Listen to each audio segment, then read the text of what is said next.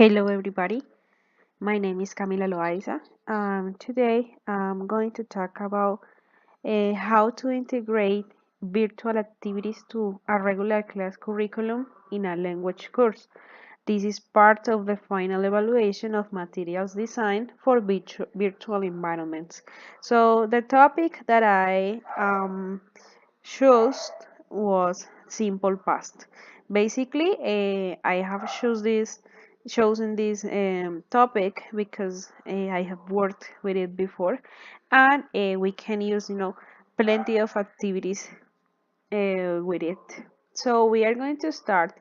Uh, the first activity or resources that we can include in this topic are category games. This is in order to help the students to review some vocabulary, especially the verbs. So we have two options. The first option is like the common way, yeah, to have students write on the board different words related to a category. Can be country, animals, clothes, jobs, cities, and also verbs in the base form. Or we can also use the virtual way. That and in this case, I really like to use Paddled. Paddled a is a platform where you can create different like boards and where the students can write their opinion, and also we can use it for this activity in order to help students to review this vocabulary.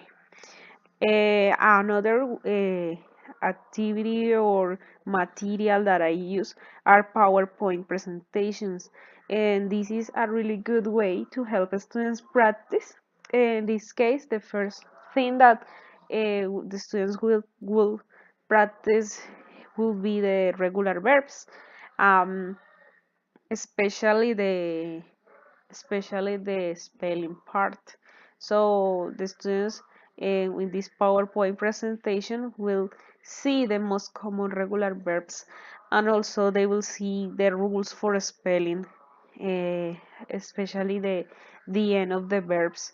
And after that, they will have the opportunity to practice with a game, or we can use it as a competition in groups. So as you see in this part on the left, the students have the different verbs, and also they have to fill in the blanks with the correct verb, and also in the accurate way using the correct spelling. Another thing that I use for teaching the simple past is are the flashcards. Well, I really like flashcards, especially for the irregular verbs, because it helps the students to memorize the verbs in a funny or different way. So we have different flashcards, and in this way, we don't need to use any virtual resource or source, but the students can also create their own flashcards where they can have, like, on one side of the card the verb in present, and the other side they can write the verb in past, and then we can have many activities with them, like to have students in a circle and then start calling one and another, and they call the verb they see in the circle. The student who has the verb on their hands has to answer and say another verb, and so on, in order to continue practicing with the regular verbs. Um, in order to make students like practice a little more, especially in the affirmative, negative, or questions structure, or the grammar part, I really like to use Kahoot. It is a really a good way to practice, especially with teenagers or young adults, or maybe adolescents, because they use all the time their smartphones. Kahoot is a really easy way to practice. So you just need to go to kahoot.it and create the questions, They usually have 4 or 3 different answers. They can also unscramble sentences. To play this activity, you need to have internet, and at least the groups need to have one cell phone, one smartphone, or um, a laptop or a computer where they can access to the platform. Kahoot also has an application students can download it and practice by themselves. And it's really easy to create the quizzes and the rest of the things that they offer. So with this, they can, as I said before, practice the structure.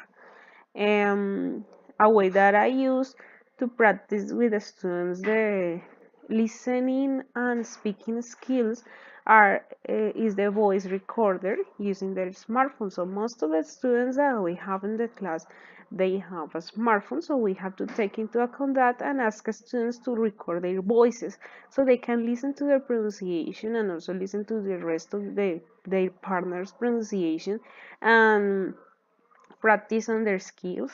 You can ask students to record what the activities that they did during the last vacation, or maybe the activities they did during the weekend or yesterday's activities, so they can, practice the verbs they saw before, the structure, maybe a negative and affirmative structure, and also listen to the rest of their classmates if so, in the way that they can share with the others their audios and listen to their pronunciation and the rest of the students' pronunciation.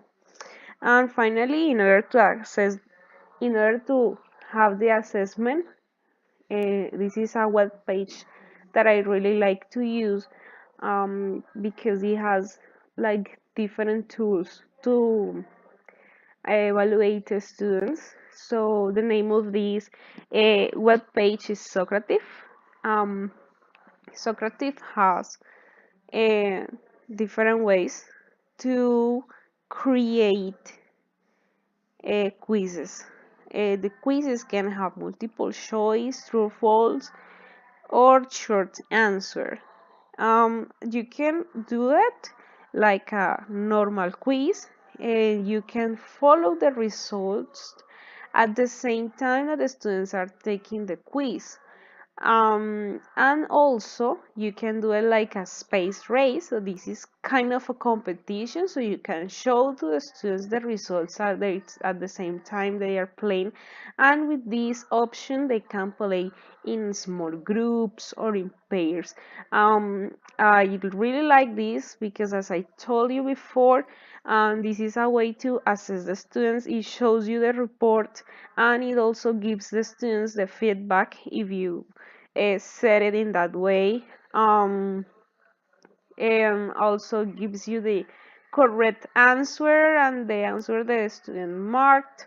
It allows you to download a PDF for each student answers and maybe some mistakes they have. So this web page is really, really good. And this is basically everything that I prepared for this. Thank you so much for listening and watching this video.